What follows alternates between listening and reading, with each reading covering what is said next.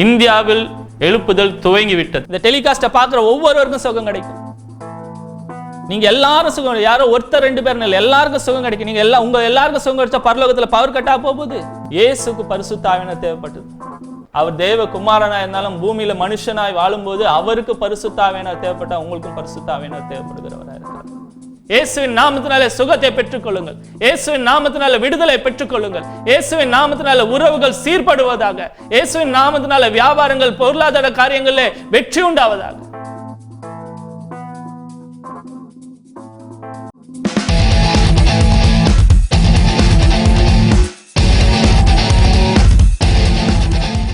கர்த்தருக்கு பிரியமானவர்களே, கர்த்தர் இன்று நம்மோடு இடைப்படுகிற வசனம் மத்தேயு எழுதின சுவிசேஷம் 8ஆம் அதிகாரம் 17வது வசனம்.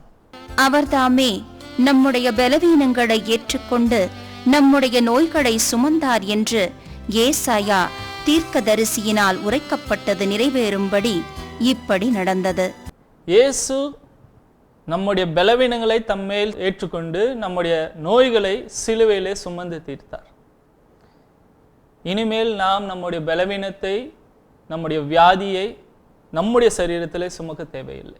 வேதவசனம் சொல்லுவது ஏசாயா 53:5, 1 பேதுரு 2:24 சொல்லுவது, அவருடைய தழும்புகளால் நீங்கள் சுகமானீர்கள். நான் இனிமேதான் சுகத்தை பெறப்போகிறோம்னு இல்லை, சுகத்தை ஏற்கனவே பெற்றுக்கொண்டோம். எப்படி? இயேசு சிலுவையிலே நமக்காக மரித்ததினால், அவர் தம்மேல் ஏற்றுக்கொண்ட அந்த தழும்புகளினால் நாம் சுகமாகிறோம். இயேசு எனக்காக சிலுவையில் மரித்ததனால் என் பாவங்கள் மன்னிக்கப்பட்டது, எனக்கு பரலோகம் உண்டு என்று நினைக்கிற அநேகர் இயேசு எனக்காக சிலுவையில் மரித்ததனால் அவருடைய தழும்புகளால் எனக்கு சுகம் உண்டு என்பதையும் நம்புகிறார்கள். ஆனால் அதற்கு அவ்வளவு முக்கியத்துவம் தருகிறதில்லை. சுகத்தை பெற்றுக்கொள்ள வேண்டியது மிகவும் முக்கியமான ஒரு காரியம். சுகத்தை பெறாமல் போனால் ஒரு பெரிய நஷ்டமா, அதனால் ஒரு பாவமா? இல்லை. நம் வியாதியிலிருந்து சுகத்தை பெறாமலே மறித்து பரலோகம் போனால் சந்தோஷமா ஆண்டவர் பிதாவானவர் நம்மளை வரவேற்க தான் போகிறார். இயேசுவை நம்பினதுனால நமக்கு பரலோகம் கொடுக்கப்படுகிறது. ஆனால் இயேசு எனக்காக மரித்து சம்பாதித்து வைத்த சுகத்தை நான் அசட்டை பண்ணுவது நல்ல காரியம் அல்ல. ஏங்க அவ்வளோ முக்கியம்? பாவத்தை குறித்து பேசலாமே, எத்தனையோ பேர் மனம் திரும்பாமல் இருக்காங்களே. எஸ், அதெல்லாம் முக்கியமான காரியம், அதை வலியுறுத்த வேண்டும். ஆனால் அதே நேரத்தில் சரீரத்தில் சுகம் பெறுவதும் முக்கியம் என்பதுக்கு ஒரு சில காரணங்களை சொல்கிறேன். முதலாவதாக, உங்களுக்கு எனக்கும் சரீரத்தில் சுகத்தை கொடுக்கும்படியாக இயேசு மரித்தாருங்க. தன் ஜீவனையே தந்து சம்பாதித்து வைத்த சுகத்தை பெற்றுக்கொள்ளாமல் அது கிடைச்சா பரவாயில்ல, கிடைக்கலனா போலனா ஓகே, அதுக்குன்னு நம்முடைய முக்கியத்துவத்தை, நம்முடைய கவனத்தை செலுத்தாமல் இருந்தால் எவ்வளோ வருத்தப்பட வேண்டிய காரியம். யோசிச்சு பாருங்க, உங்களுக்காக நான் என் உயிரே கொடுத்து ஒன்று சம்பாதிச்சு கொடுக்குறேன், அதை அசட்டை பண்ணினீங்கன்னா எப்படி இருக்கும்? சரீரத்தில் உங்களுக்கு சுகத்தை கொடுக்கும்படியாகவும் இயேசு சிலுவையில் மரித்தார். நாம் சுகம் கிடைக்காமல் இருப்பது, ஒரு பாவத்துக்கு பாவ மன்னிப்பை பெற்றுக்கொள்கிற நாம் வியாதிப்படும்போது வியாதியிலிருந்து சுகத்தை பெற்றுக்கொள்ளாமல் இருப்பது தவறான காரியம் என்பதே சொல்லுகிறேன். அதனால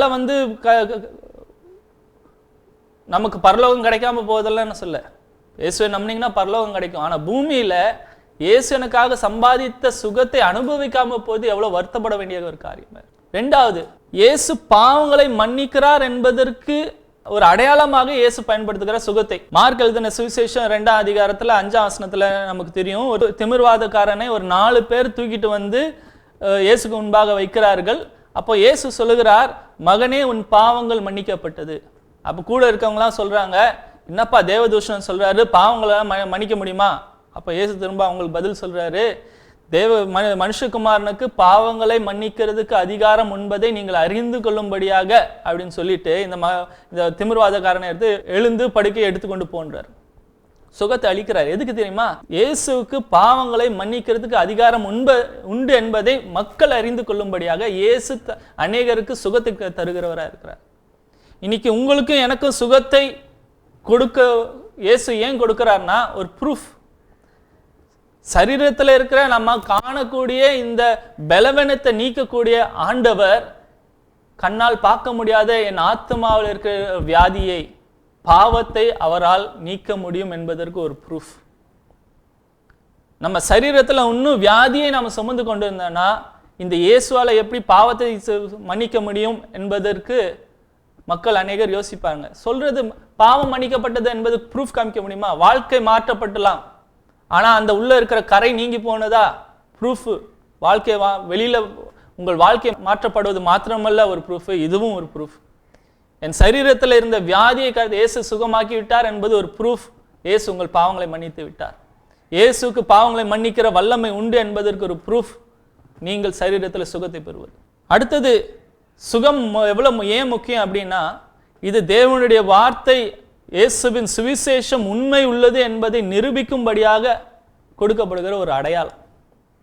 மார்க் 16:17-19 வரைக்கும் வாசிக்கும் போது, நீங்கள் புறப்பட்டு போய் சர்வ சிருஷ்டிக்கும் சுவிசேஷத்தை பிரசங்கிங்கள்னு சொல்லுகிறார். சொல்லி முடிச்ச என்ன சொல்லப்படுகிறது, இவங்க சீஷர்கள் போய் எல்லா இடத்திலும் சுவிசேஷத்தை அறிவிக்கும் போது அற்புதங்களாலும் அடையாளங்களாலும் கர்த்தர் தம்முடைய வார்த்தையை உறுதிப்படுத்தினார், ப்ரூவ் பண்ணாருங்க. இவங்க சொல்ற சுவிசேஷம் உண்மை. இயேசு சிலுவையில மரித்தார், உயிரோடு எழுந்தார், அதனால் உங்கள் பாவங்கள் மன்னிக்கப்படுகிறது, உங்கள் வியாதிகள் சுகமாகிறது, நீங்கள் பிசாசின் பிடியிலிருந்து விடுவிக்கப்படுகிறீர்கள், உங்கள் தரித்திரத்திலிருந்து விடுவிக்கப்படுவீர்கள், பரலோக ராஜ்யம் உங்களுக்கு கொடுக்கப்படுகிறது, தேவனோடு உங்களுக்கு உறவு உண்டாகிறது என்ற நல்ல செய்தியை அறிவிக்கும் போது அதற்கு ப்ரூஃப், சைன், அடையாளம் என்னது?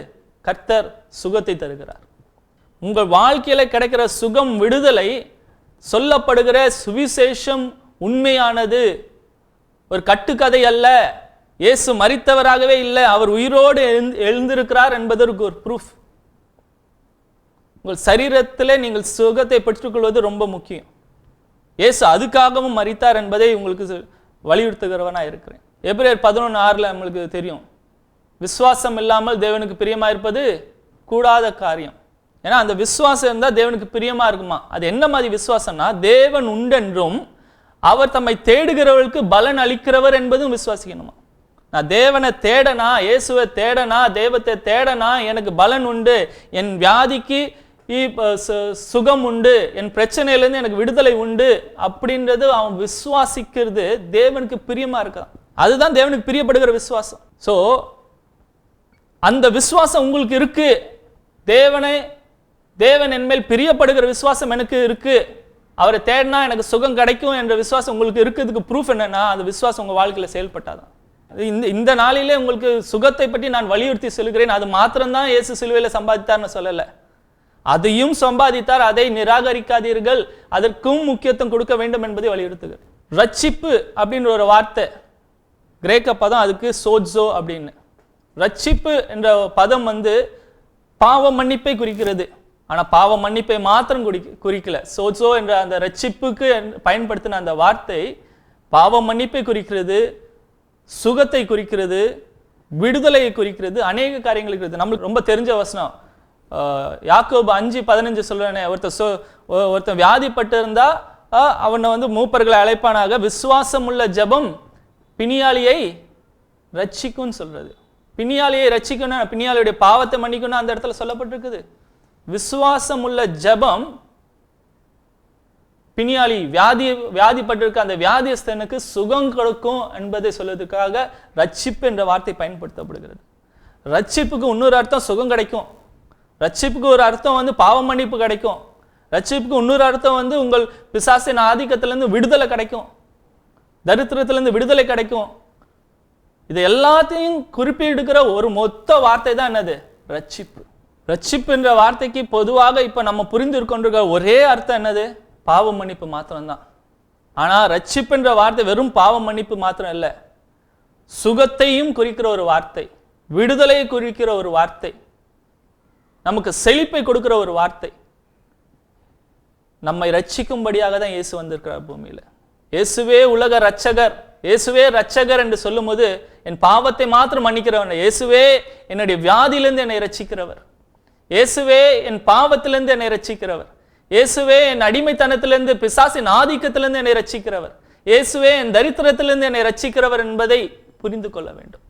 ஆனா அநேகர் இப்போது மற்ற 3 காரியங்களையும் விட்டு பாவத்திலிருந்து ரட்சிக்கிறவர் மாற்றம் தான் நம்ம என்ன பண்ணுவோம் புரிந்து கொண்டு இருக்கிறோம். ஸ்மார்ட் போன்லாம் நிறைய மக்கள் அதிகமாக பயன்படுத்துகிறார்கள். முன்னால் இருந்த மொபைல் வெறும் மொபைல், அதுக்கப்புறம் கேமரா மொபைல் வந்துச்சு, இப்போ ஸ்மார்ட் ஃபோன் வந்துச்சு. ஸ்மார்ட் ஃபோனுக்கு நல்ல விலை கொடுத்து 10,000 15,000 கொடுத்து நல்ல விலை கொடுத்து வாங்குகிறோம். அவர் விலை கொடுத்து ஒரு விலை உயர்ந்த ஒரு ஸ்மார்ட் ஃபோன் வாங்கி வச்சுருக்கேன். அதை என் பையன்கிட்ட கொடுத்தா என்ன பண்ணுவான்? அவனுக்கு கேம்ஸ் தான் விளையாட பிடிக்கும். அது 15,000 ரூபா மொபைலாக இருந்தால் என்ன பிரயோஜனம்? அவன் வெறும் கேம்ஸ் விளையாடுறதுக்கு அதுக்கு பயன்படுத்துவான். எங்கள் அம்மாட்ட கொடுத்தா என்ன பண்ணுவாங்க? அவங்களுக்கு கேம்ஸ்லாம் இஷ்டம் இருக்காது. அவங்க என்ன பண்ணுவாங்க? வெறும் பேசுறதுக்குன்னு பயன்படுத்துவாங்க. இதனால் ஒரு டீனேஜில் இருக்க ஒரு வாலிப பசங்கிட்ட கொடுத்து பாருங்கள், அவங்க என்ன பண்ணுவாங்க? முக்கால்வாசி இந்த நெட்டில் ப்ரௌசிங் பண்ணிட்டு இருப்பாங்க. ஆனால் 15,000 ரூபா கொடுத்து வாங்குறதுக்கு வெறும் பேசுறதுக்காகவா அந்த 15,000 ரூபா கொடுத்து வாங்கியிருக்கேன்? அதுக்கு ஒரு 1,500 ரூபா கொடுத்து சின்ன மொபைல் வாங்கியிருக்க மாட்டேனா? இல்லை வெறும் கேம்ஸ் விளையாடுறதுக்காக நான் அவ்வளோ விலை கொடுத்து ஒரு பொருளை வாங்கியிருக்கேன்? வெறும் நெட்டுக்காக தானே? இது எல்லாம் சேர்ந்து இருக்கிறதுனால தான் அவ்வளோ விலை கொடுத்துருக்கு வாங்குகிறேன் ஒரு பொருளை, ஸ்மார்ட் ஃபோனு. ஒரு சின்ன ஒரு கருவிக்கே இவ்வளோ விலை கொடுக்கும்போது ஏன் இவ்வளோ பங்கு இருக்குது? அதை ஒன்றை மாத்திரம் பயன்படுத்தினா எதுக்கு இவ்வளோ மற்றதெல்லாம் வேஸ்ட் பண்ணிட்டேனே? இதுக்கு இவ்வளோ வெறும் பேசுறதுக்காக ஏன் 15,000 ரூபா கொடுத்து ஒரு மொபைல் வாங்கணும்? நான் அதுக்கு 1,500 ரூபா கொடுத்துருப்பேன்னு நினைக்கிறோம். அதே மாதிரி தான் ஆண்டவர் நம்மளை பார்த்து நினைப்பார்.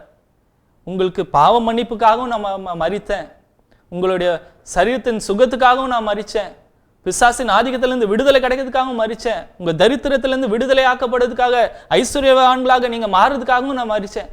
எல்லாத்தையும் பெற்றுக்கொண்ட நாம் சும்மா லேசாக கிடைக்கலங்க, நமக்கு இலவசமாக கிடைச்சிருக்கலாம். ஆனால் இயேசுக்கு தம்முடைய ஜீவனையே கொடுத்து நமக்கு சம்பாதித்த ஒரு காரியம். அவர் சம்பாதித்த இந்த ரட்சிப்பில் இந்த 4 அம்சங்கள் இருக்கும்போது ஒரே ஒரு அம்சத்தை மாத்திரம் நம்ம பயன்படுத்தினா மற்றதெல்லாம் வேஸ்ட் பண்ணணும்ல. அவர் நினைப்பார்ல, இதுக்காக இவ்வளோ கிரயத்தை கொடுத்து நான் இதெல்லாம் வாங்கியிருக்கேன், இதெல்லாம் யூஸ் பண்ணாமல் வேஸ்ட் பண்ணுறாங்களேன்னு நினைப்பார். ஒரு டிஸ்ரெஸ்பெக்டாக போகிறோம்.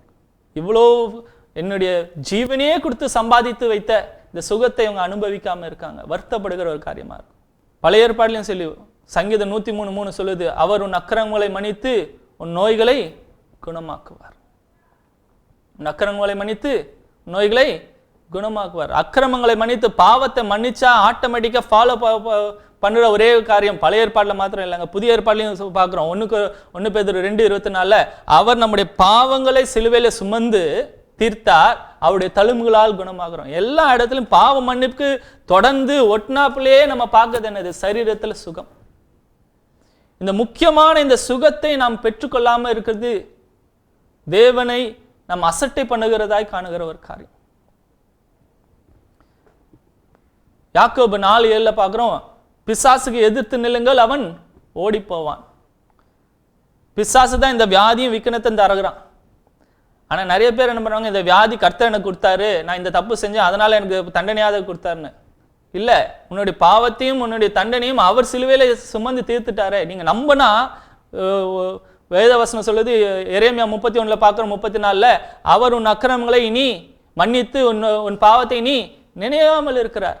என் பாவத்தை அவர் மன்னிச்சுட்டார்னா அவர் தம்முடைய முதுகுக்கு பிறம்பாக சமுத்திரத்தில் ஆழத்தில் போட்டுறார், அதை நினைக்க மாட்டேன்னு சொல்றாரு. ஆனால் நம்ம மக்கள் என்ன சொல்றாங்கன்னா, ஆமா என்ன நான் ஏதோ செஞ்சேன் அதனால தான் உனக்கு இந்த வியாதியை ஆண்டவர் கொடுத்தாருன்னு.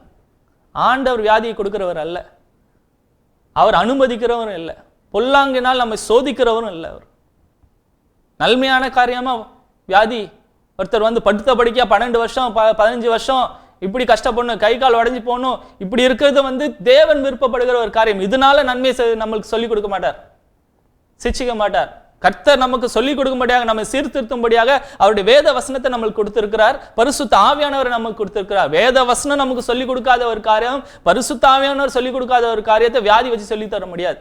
ஆனால் வியாதிப்பட்ட நீங்க வந்து அந்த நேரத்தில் உங்களை தாழ்த்தி ஆண்டவரே அப்படின்னு சொல்லாம இல்லை, நீங்க நல்ல காரியங்களை கற்றுக்கொண்டு இருக்கலாம். ஆனால் அது தேவன் வைத்திருக்கிற ஒரு திட்டம் அல்ல. நமக்கு சொல்லிக் கொடுக்கும்படியாக தேவன் வைத்திருக்கிற சிஸ்டம் என்னன்னா, வேத வசனத்தின் வழியாக நாம் சீர்பொருந்தனும், நாம் திருந்தனும், நாம் தேறினவர்களாக மாற வேண்டும் என்பதற்காகவே வேத வசனத்தை கொடுத்திருக்கிறார். அதற்காகவே பரிசுத்த ஆவியானவரை நமக்குள்ளாக வாசம் செய்யும்படியாக அனுப்பியிருக்கிறார். யாக்கோபு 4:7 பார்க்கிறோம், பிசாசுக்கு எதிர்த்து நில்லுங்கள் அப்பொழுது அவன் உங்களை விட்டு ஓடி போவான். இந்த வியாதியை யார் கொண்டு வருது? பிசாசின் ஒரு காரியம். திருடன் திருடவும் அழிக்கவும் கொல்லவும் வருகிறான். நம்முடைய சரீரத்தில் இருக்கிற ஆரோக்கியத்தை திருடுறதுக்கு, நம்முடைய சரீரத்தில் இருக்கிற பலனை அழிக்கிறதுக்காக, நம்மளை கொல்லுவதற்காக வர்றது பிசாசு தான்.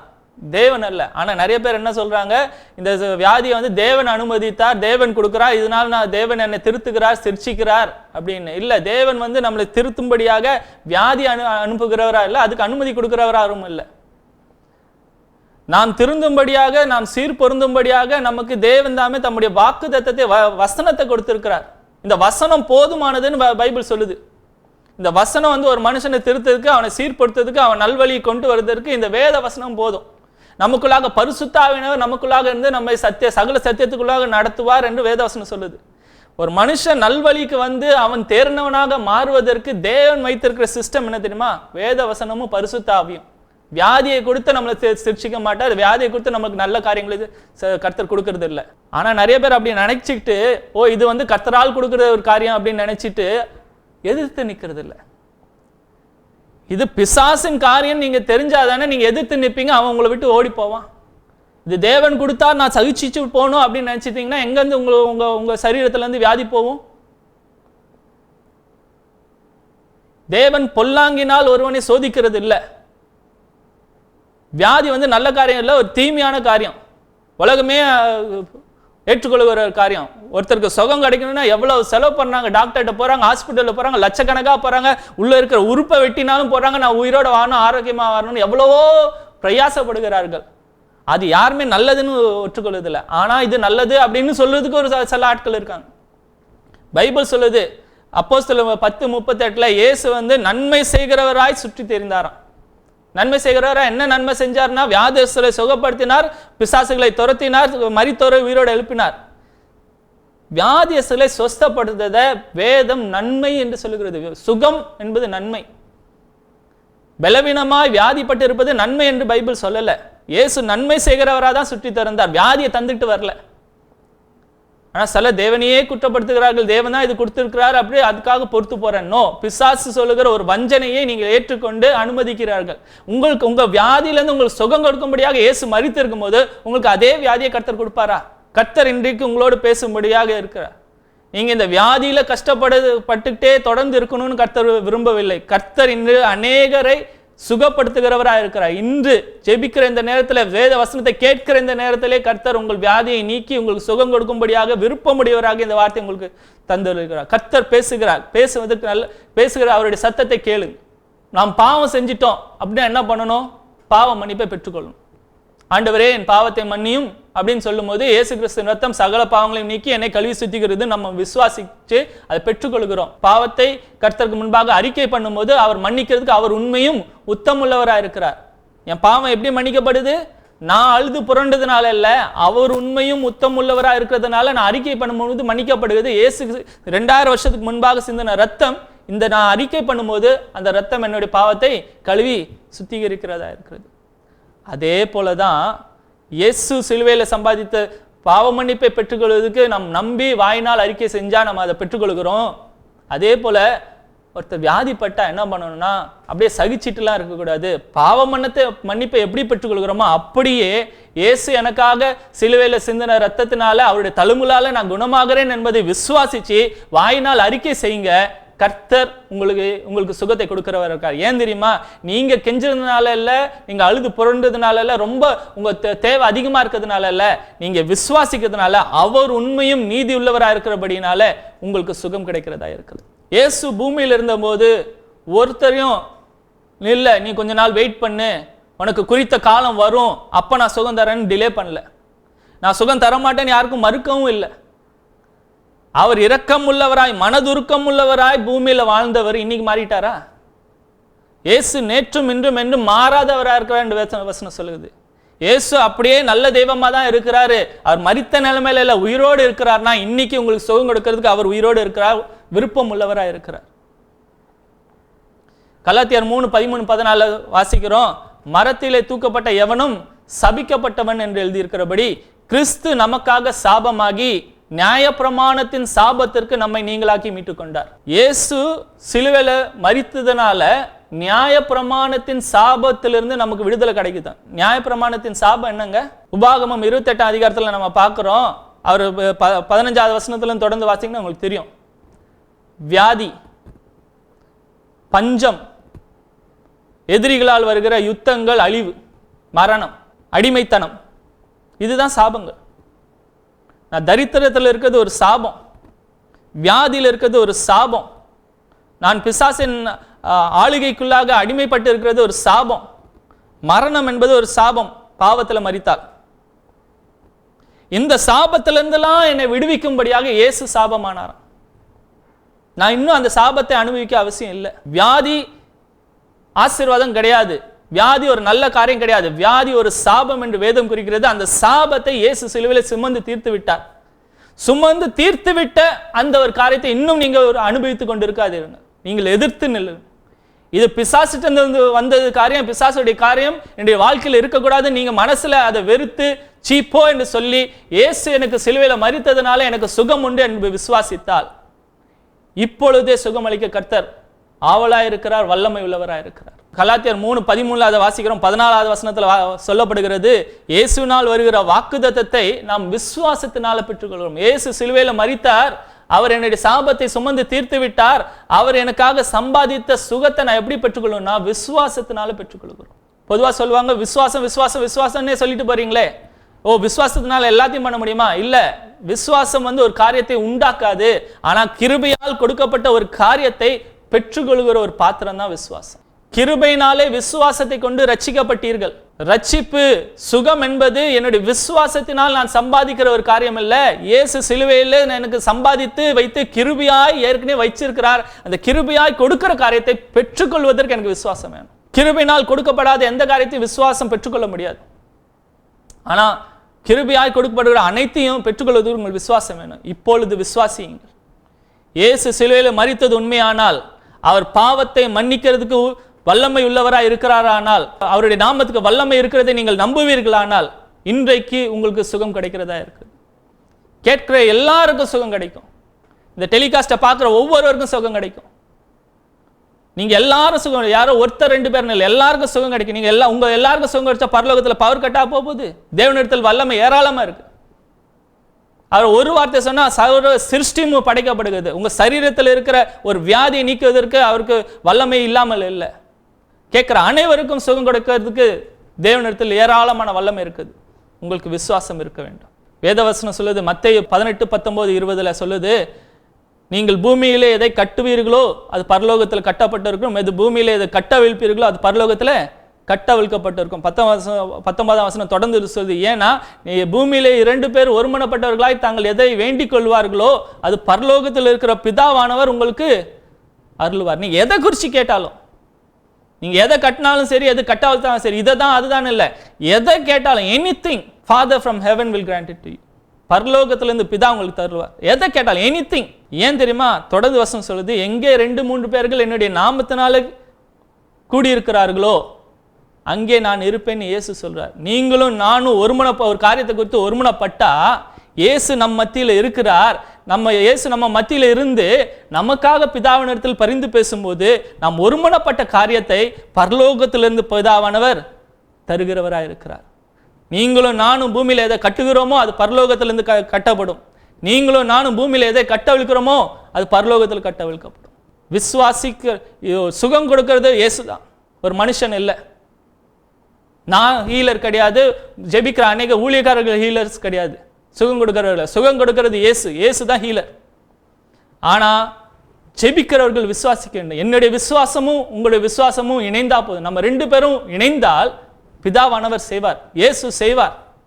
நீங்க விசுவாசிச்சா போதுங்க. நான் ஒரு விசுவாசி, விசுவாசிக்கிறால் நடக்கும் அடையாளம் என்னென்ன?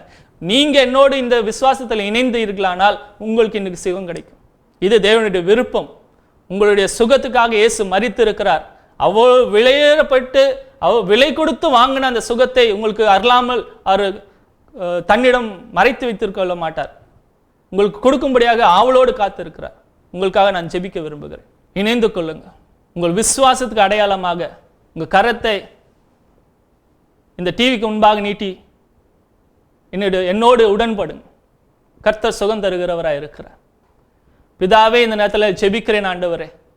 கர்த்தாவே, நீர் சுகம் கொடுக்க வல்லவர். எங்கள் பலவீனங்களை நீர் ஏற்றுக்கொண்டு எங்கள் நோய்களை நீர் சிலுவையில் சுமந்து தீர்த்து விட்டீர் என்று நாங்கள் நம்புகிறோம். பிதாவே, இவர்கள் மேல் நீர் இரக்கமாயிருந்து இவர்களுக்குள்ளாக இருக்கிற எல்லா வியாதியும் பலவீனங்களையும் நீர் நீக்கி போடும்படியாக ஜெபிக்கிறேன் ஆண்டவரே. கர்த்தாவே, விசுவாசத்திலே என்னோடு இணைந்து இருக்கிற எங்கள் 2 பேர்கள் நாங்கள் ஒருமனப்படும் போது பரலோகத்திலிருந்து நீர் அதை தருவீர் என்று நாங்கள் வேதம் சொல்லுகிறதை விசுவாசிக்கிறோம் ஆண்டவரே. இயேசுவின் நாமத்தில் கர்த்தாவே சுகம் உண்டு என்பதை நாங்கள் விசுவாசிக்கிறோம். இயேசுவின் நாமத்துக்கு வல்லமை உண்டு என்று விசுவாசிக்கிறோம் ஆண்டவரே. இயேசுவின் நாமத்தினாலே கர்த்தாவே இப்போது விசுவாசிக்கிற இவர்களுக்கு சுகத்தை நீர் கட்டளையிடுவீராக. உச்சந்தலையிலிருந்து உள்ளங்கால் வரைக்கும் சுகம் உண்டாயிருப்பதாக ஆண்டவரே. கர்த்தாவே, வியாதிகள் இயேசுவின் நாமத்தினாலே வெளியேறும்படியாக கட்டளையிடுகிறேன். கர்த்தாவுடைய வல்லமை கர்த்தாவே சரீரத்தில் கடந்து பாயட்டும் ஆண்டவரே. கர்த்தாவே, சரீரம் கர்த்தாவே பலனடையும்படியாக இயேசு நாமத்தில் கட்டளையிடுகிறேன். உம்முடைய வல்லமை விளங்கினதுக்காக உமக்கு நன்றி செலுத்துகிறோம். கர்த்தாவே, நீரே கர்த்தாவே சம்பாதித்து வைத்த சுகத்தை அனுபவித்து வாழ்நாள் முழுவதும் ஆரோக்கியத்தோடு வாழ உதவி செய்வீராக. இயேசுவின் நாமத்தில் பிதாவே, ஆமென். கர்த்தர் உங்களுக்கு சுகம் தந்து விட்டார் என்பதை நான் அறிவேன். அநேகருக்கு கர்த்தர் விசுவாசித்த ஒவ்வொருவருக்கும் கர்த்தர் சுகம் தந்து விட்டார் என்பதை நான் அறிவேன். நீங்கள் தொடர்ந்து கர்த்தருக்கு நன்றி செலுத்துங்க. கர்த்தர் செய்த நன்மைகளுக்காக, சுகத்துக்காக, அற்புதத்துக்காக கர்த்தருக்கு நன்றி செலுத்துகிறவர்களாயிருங்கள். கர்த்தரை துதித்து அவரை மகிமைப்படுத்துகிறவர்களாயிருங்கள். உங்கள் சாட்சியை எங்களோடும் பகிர்ந்து தேவனுக்கு மகிமையாக நாங்களும் மகிழ்ந்து களி கூறும்படியாக இப்பொழுது வருகிற இந்த ஸ்கிரீனில் காண்கிற அட்ரஸுக்கு உங்கள் சாட்சிகளை நீங்கள் அனுப்பும்படியாக கேட்டுக்கொள்கிறேன். இல்லைனா இமெயில் அட்ரஸ் இருக்கு, அந்த இமெயில் அட்ரஸ்க்கு உங்கள் சாட்சிகளை அனுப்பும்படியாக இயேசுவின் நாமத்தில் அன்போடு கேட்டுக்கொள்கிறேன். கர்த்தர் உங்களோடு இருப்பாராக. கர்த்தர் உங்களை ஆசீர்வதிப்பாராக.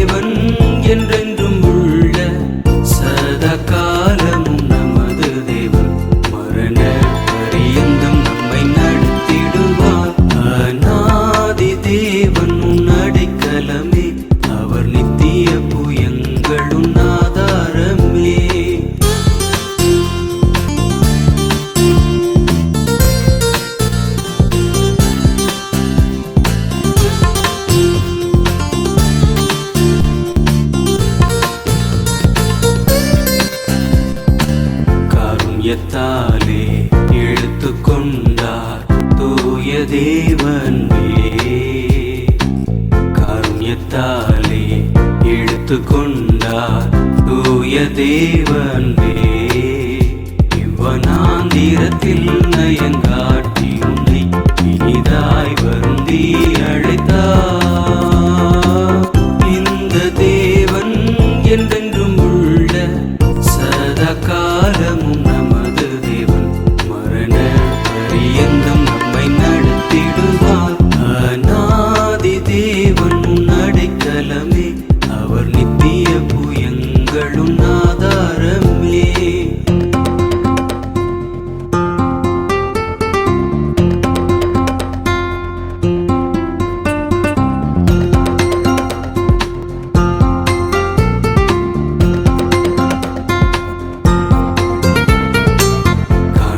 பாதை காரிருளில் தூய தேவ ஒளியே. கனகப்பாதை காரிருளில் தூய தேவ ஒளியே. அழுகை நிறைந்த பள்ளத்தாக்குகளை அரும் நீரூற்றாய் மாற்றினாரே. இந்த தேவன் என்றென்றும் உள்ள சதா காலமும் நமது தேவன். மரண பரியந்தம் நம்மை நடத்திடுவார். அநாதி தேவன் அடைக்கலமே, அவர் நித்திய புயங்களும் ஆதாரமே.